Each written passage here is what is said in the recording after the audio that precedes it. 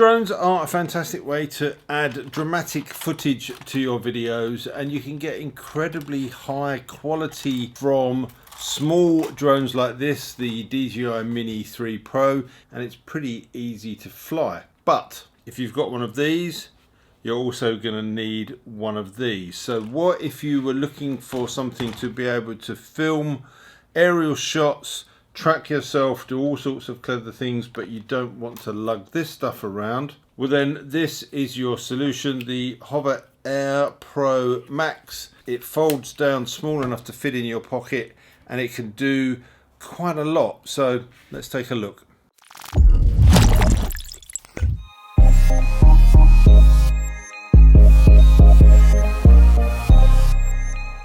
Let's just take a brief look at the specifications before moving on to the features, or more importantly, the features which I think are its best. It offers 8K recording from its 1 1/3 inch CMOS sensor. It has 14 stops of dynamic range and a 107-degree field of view.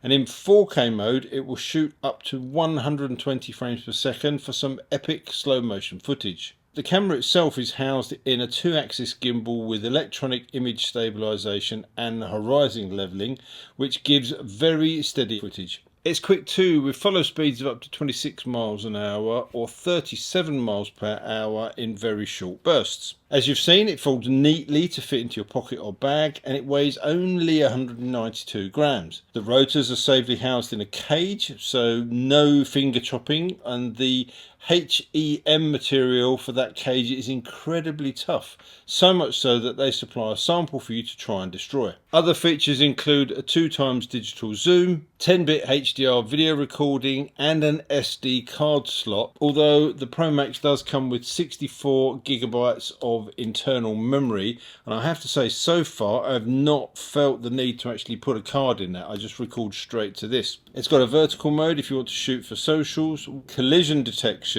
although it doesn't have side sensors, so you do have to be careful when you're using this in sidetrack mode,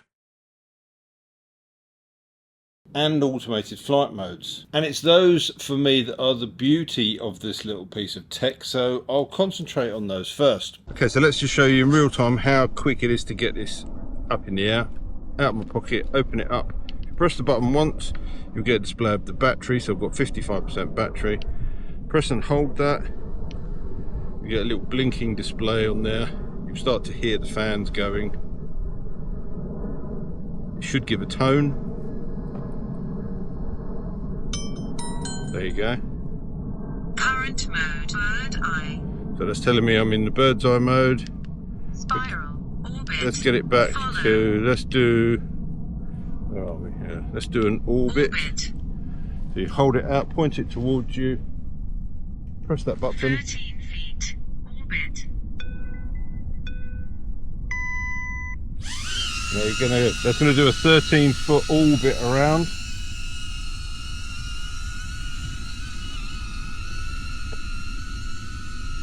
And you can set the height that this goes at.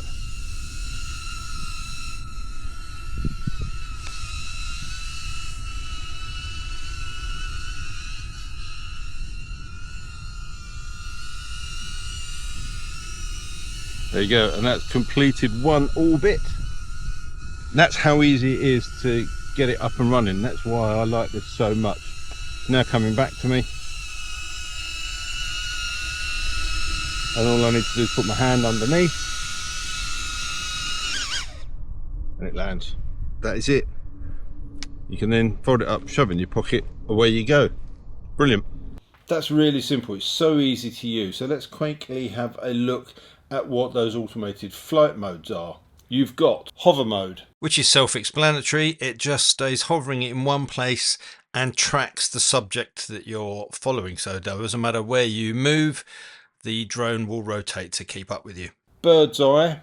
Whilst keeping the camera straight down, the hover will fly up to a predetermined height and then return back down to it. Zoom out. Again, a self-explanatory action, but you can set the distance and the height that this moves away from you. Sidetrack. In this mode, the drone will track and follow a subject, but at one side as opposed to directly behind. Dolly track. In this mode, the drone films you whilst flying backwards, and of course it has rear sensors, so it will avoid any obstacles it comes against. Dolly Zoom is another mode that's available, and that recreates the camera action made famous by Alfred Hitchcock, where the camera moves away or towards you whilst zooming in or out at the same time. Spiral. In this mode, the drone will do two 360-degree passes, but it will increase in altitude and then decrease in altitude for the second one, which gives you quite an interesting effect. And you can see how the front collision sensor avoids crashing into the helmet. 360-degree spin. In this mode, the camera stays in a fixed position and just rotates 360 degrees. And yes, I know my garage is an absolute tip at the moment and needs sorting out. Follow. A very straightforward mode. This will just track and follow the subject directly behind. And as with the other programs, you can set the distance from the subject and the height. And of course, we've already seen Orbit, where the drone will just fly around you at a set height and distance for 360 degrees. I reiterate, the beauty of this device is that you can pull it out of your pocket and get it up flying in the air in seconds without having to worry about using a separate controller. But what if you want more control? Well, there are options. You can use the app on a smartphone as a manual controller, but with the optional beacon and joysticks, you have two more choices. One-handed motion control or a two-handed remote. The beacon also allows you to monitor footage live with this little screen. It can record audio, so if you want to record yourself talking while the drone is off filming you from a distance, that can be recorded through here. And as the name suggests, you can also use this as a beacon. So with what they call HoverLink, you can get the drone to return back to this as a return to home. So whereas normally you'd set a return to home on something like the DJI and you can click one button and it will go back to that point. That's great, but if you move away from that point and press the button, the drone will go there unless you update it. With this, when you press the return to home, it will home in back on this bit and come to you. It works well and it's very handy to be able to see what's going on, especially when in follow mode on a motorcycle or a bicycle. Okay, so let's give this a test. So let's just switch the beacon on. Let that do its thing. In my little bag here, I have the hover. We'll fold that out, press and hold the button to power it on. So this is asking me to power this on.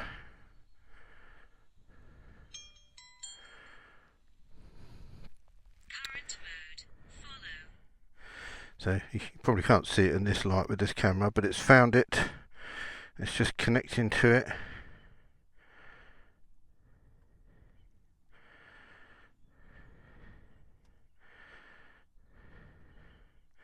And there we go. We can see the image on here. And it shows you your mode and you've got your record and everything here. So in theory now this is set to follow and it's set mid distance flat. One press of the button and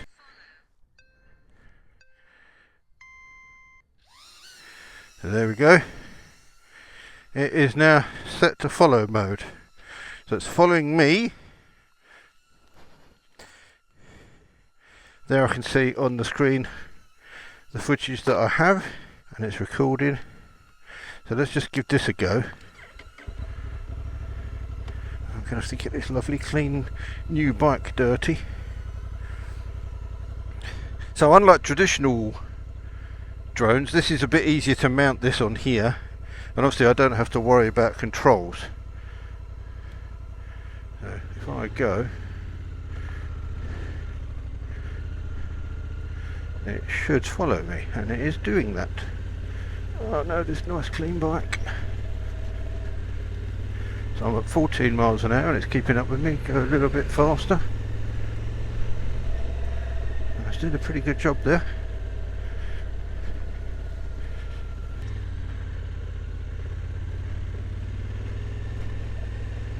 And the good thing about this is I can keep an eye on where it is, so if it hits an obstacle, I can see that. I don't end up riding off for miles without it behind me.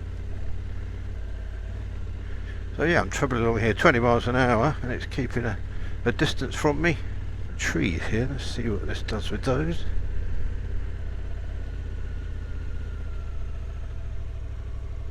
I was quite happy with that.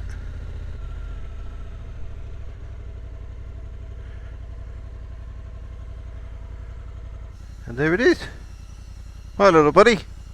You can even use it to overload stats onto your video should you so wish. What about battery life? Well, I think it's okay actually. This is a small lightweight battery, that's the standard battery, and I'm getting 15 to 16 minutes of flight time out of this, which doesn't seem like very much, but actually when you're just capturing short bursts of B-roll, then it works pretty well. And to do a 15-minute follow is actually quite a long piece of recording, so I found this is okay. I've got a spare battery. Carrying 2 of these out normally means I've got no problem in doing what I need to do when I'm out on the day. Overall, it's been fun using the HoverAir X1 Promax, and I've found that because of its form, I've actually taken this out more often than I would do my DJI drone. Not only for planned drone footage when I want to do that, but also just to be able to shove that in a bag, a tank bag, or your rucksack, or even your pocket, to be able to grab some off-the-cuff moments, means this is really, really useful. The modes work well, the footage is excellent quality, and it's proved to be pretty robust too. The collision detection is pretty good for large objects, but sometimes when you get small things that are harder to see, so for example this piece of bramble that was sticking out of a hedge created a problem, but overall this will follow you down some pretty narrow tracks. And so far it's only been that one time with that piece of bramble that I've had it collide with anything. Outside of that, it seems to have missed everything. I've also dropped this when trying to take it out of my pocket. I've knocked it off my bike, and apart from a small little dent on the side here, it's survived very well and it's still working perfectly. Another thing that it does pretty well is flying in windy conditions. Hover suggests a maximum wind speed of 24 miles per hour, but as you can see from this footage, on what was quite an exposed and windy day, the quality and the stability of the footage that you get is excellent, despite the fact that the drone itself is getting blown around quite a bit. But Tony, I hear you ask, what is all of this functionality and tech going to cost me? The HoverAir X1 Promax retails currently at £639. There are other bundles, so if you want to add bits and pieces like the beacons and controllers and mounts and all that sort of stuff, then those prices are reduced as you bundle them in. But at £639, it's not a cheap device. I think because of its size and its form, a lot of people seem to treat this as a toy, and it's very much not one of those. What I really like about this is the portability, size and the ease of use. The fact that it's got those automated flight controls means that I quite often will just take this out as it is. I don't take any other controls. If I need a backup, I've got my phone with me, I can connect that and use it. But I was finding that with the Mini 3 Pro, historically I wasn't really taking it out that much, because by the time you get it in its case with the controller, it takes up quite a lot of room. It's a little bit more bulky. The functionalities vary between the two, but I was finding that the results that I were getting were very similar in terms of quality, but this was just proving to be easier to use. If you prefer the smaller form factor, added robustness of the shielded props and the automated flight modes, then the HoverAir X1 Promax makes a lot of sense. So will this make my DJI Mini 3 Pro drone redundant?